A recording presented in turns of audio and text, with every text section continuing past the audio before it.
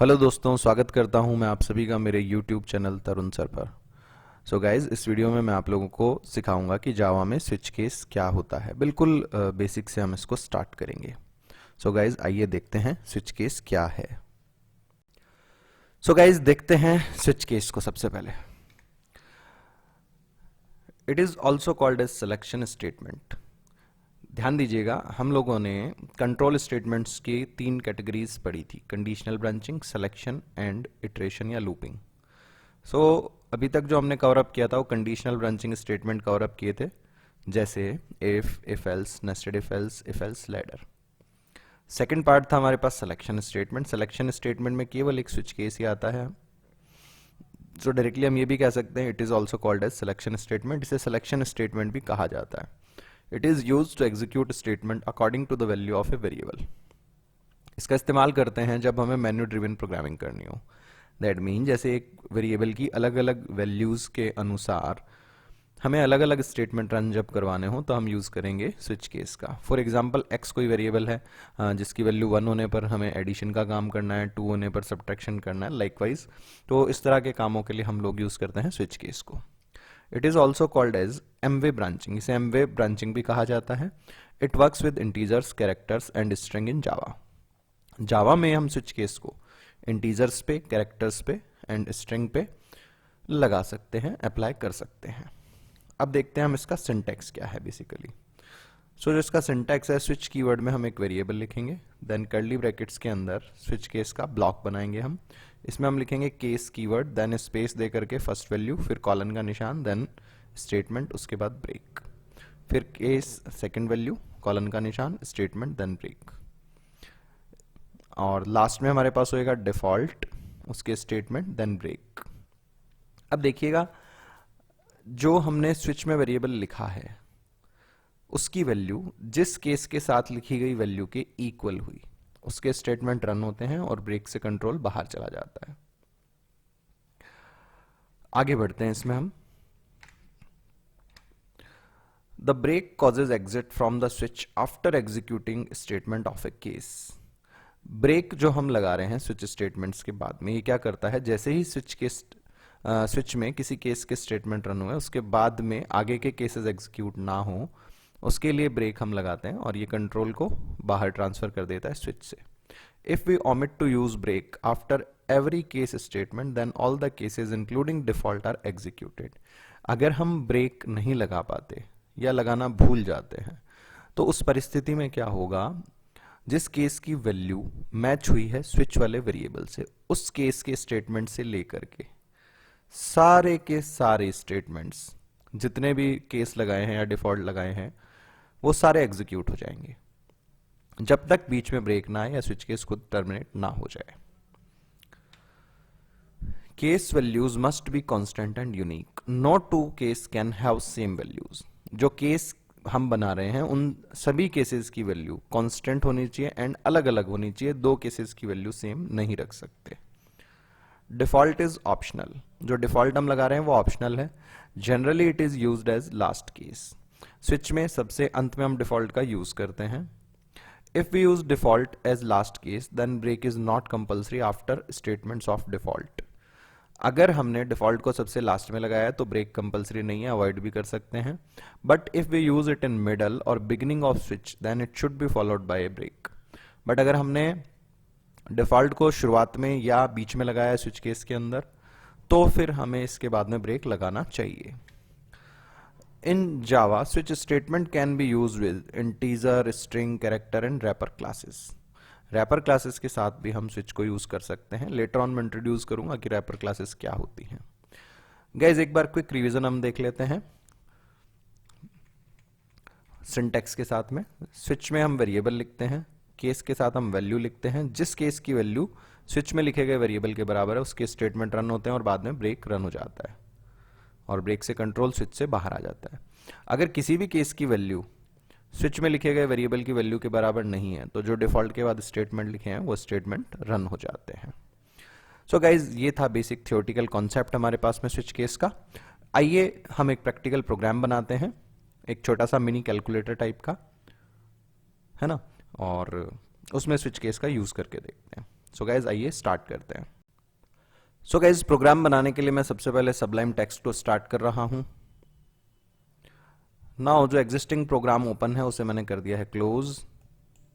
जावा folder बना रखा है, इस पर हमने राइट क्लिक किया, न्यू फाइल, कंट्रोल एस से हमने इसे सेव कर दिया कैलकुलेटर डॉट जावा नाम से।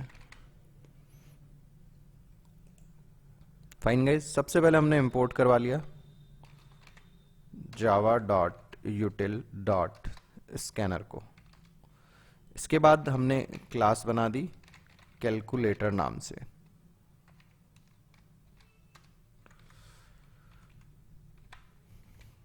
फाइन, इसमें हमने बनाया मेन फंक्शन। नाउ इसमें हमने सबसे पहले बना दिया स्कैनर का एक object KB, new scanner system dot in. इसके बाद हमने दो वेरिएबल ले लिए n1 n2। एक हमने कैरेक्टर टाइप का ले लिया ओपी नाम से। सबसे पहले हमने मैसेज प्रिंट कराया एंटर फर्स्ट नंबर। तो सबसे पहले हम दो नंबर इनपुट ले लेते हैं जिन पे हमें ऑपरेशन करना है। n1 equal to kb dot next int. Now enter second number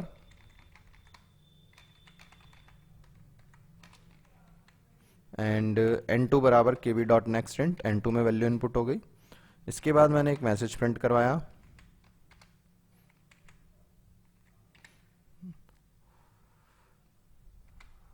one या प्लस सेलेक्ट ऑपरेशन का मैसेज डाल दिया हमने from below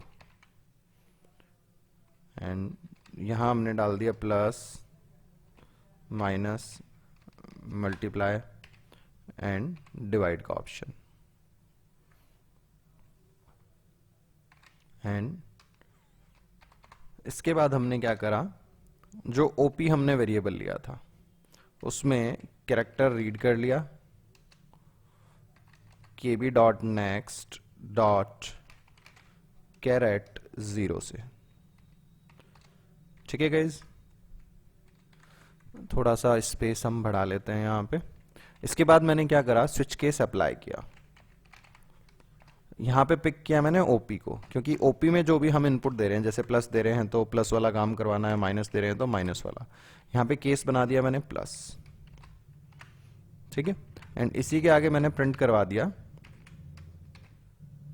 some of plus n1 and n2 is,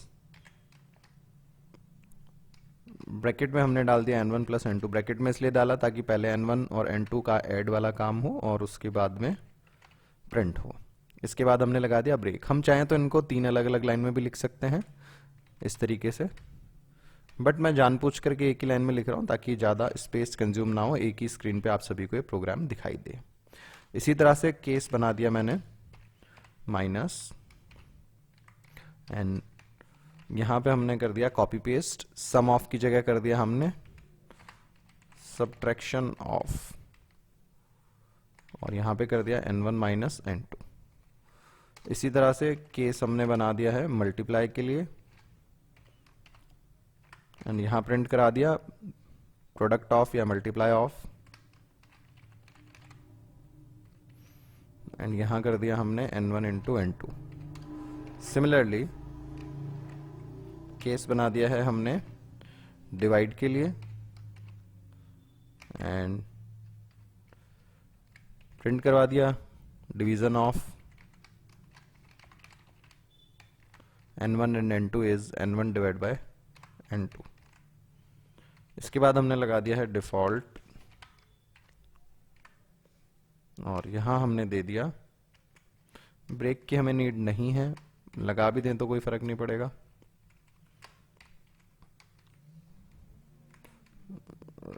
wrong operation selected. ठीक है गाइज, इसको हमने अब सेव कर लिया है।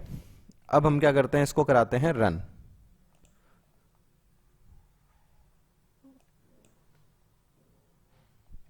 सो रन कराने के लिए यहां हमने किया right click, open containing folder. Then जो फोल्डर ओपन हुआ उसमें हम एड्रेस बार में टाइप करते हैं cmd। कमांड प्रॉम्प्ट ओपन हो गया। यहाँ पे कंपाइल करने के लिए जावाc कैलकुलेटर डॉट जावा, कोई एरर होगी तो एरर शो हो जाएगी, यहाँ पे कोई एरर नहीं है अभी। देन जावा कैलकुलेटर, इससे हमने इसे रन करवाया। सबसे पहले एंटर फर्स्ट नंबर, मैंने इनपुट दिया 10, एंटर सेकंड नंबर, मैंने इनपुट दिया 2। अब select operation from below, select में टी लगाना रह गया, अभी लगा देंगे। यहाँ मैंने चूज किया प्लस, एंटर प्रेस किया। Sum of 10 and 2 is 12। Now 10 5 minus choose किया, सब्ट्रैक्शन ऑफ 10 एंड 5 इज 5। 10 5 यहाँ हमने चूज किया multiply, product of 10 and 5 is 50। फिर से एक बार रन कराया, 10 2 चूज किया divide, division of 10 and 2 is 5। Now एक बार फिर से रन कराया, 15 6, कुछ मैंने अलग सा ऑपरेशन दिया, लाइक मैंने कैरेट साइन दे दिया, wrong operation selected. So guys, ये था हमारे पास जावा में स्विच केस का कॉन्सेप्ट, और साथ में हमने कैलकुलेटर का प्रोग्राम बनाया है स्विच केस का इस्तेमाल करते हुए। गाइज, उम्मीद करता हूं ये प्रोग्राम आपको समझ आया होगा। अगर कोई डाउट रह जाता है तो इस वीडियो पर कमेंट करके आप अपना डाउट मुझसे क्लियर कर सकते हैं। Thanks for watching this video guys, thanks a lot, have a nice day.